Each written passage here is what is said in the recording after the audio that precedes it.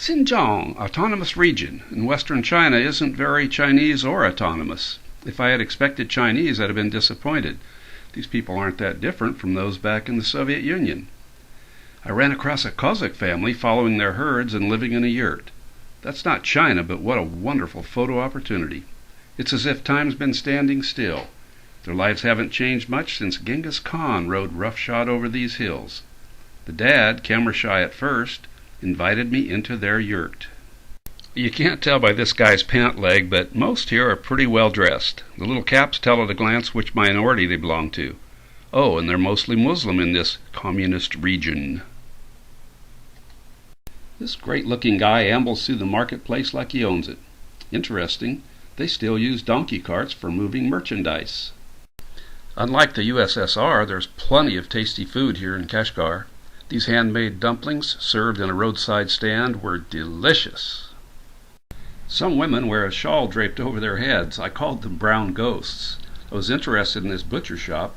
As a young guy, I worked in one. When he licked his fingers, I thought of a Russian who said, "Amerikansky take too much antibiotic. Bad disease kills you. We Russian, we like cockroach, live forever." They can do. You see a lot of this type of old-school ingenuity here. They probably sharpened tools like this for centuries. In this little cutie, I've seen lots of kids like her, dirty but healthy.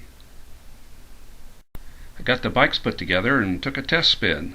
This is the first time in more than a year that I've cycled alone. I missed her. I got a telephone call out last night. We were both pretty emotional at first. Then she brought up her death wish theory again, and I disagreed.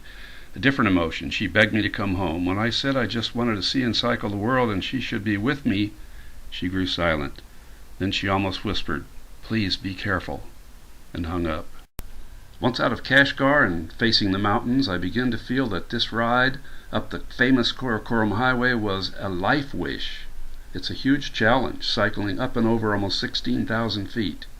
Pedaling hard and breathing hard, I became part of this majestic scene, a part of Mother Nature. The little train that could said, "I think I can." My mantra became, "I know I can, I know I can."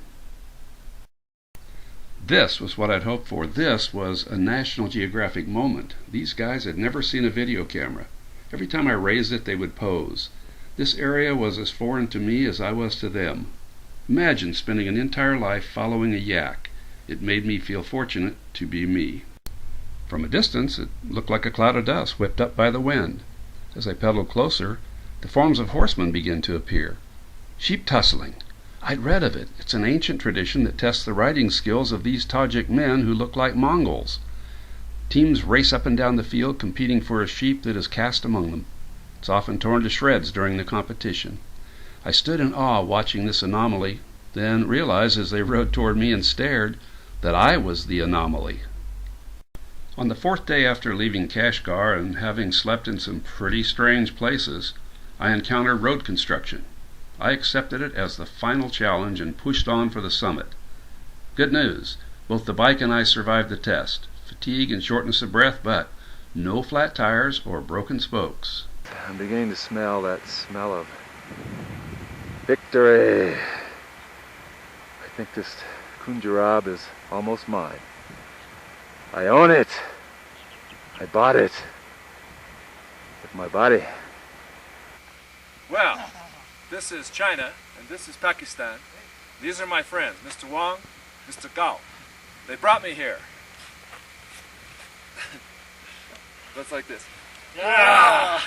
It's a long ways up this hill, I'll tell you that for sure.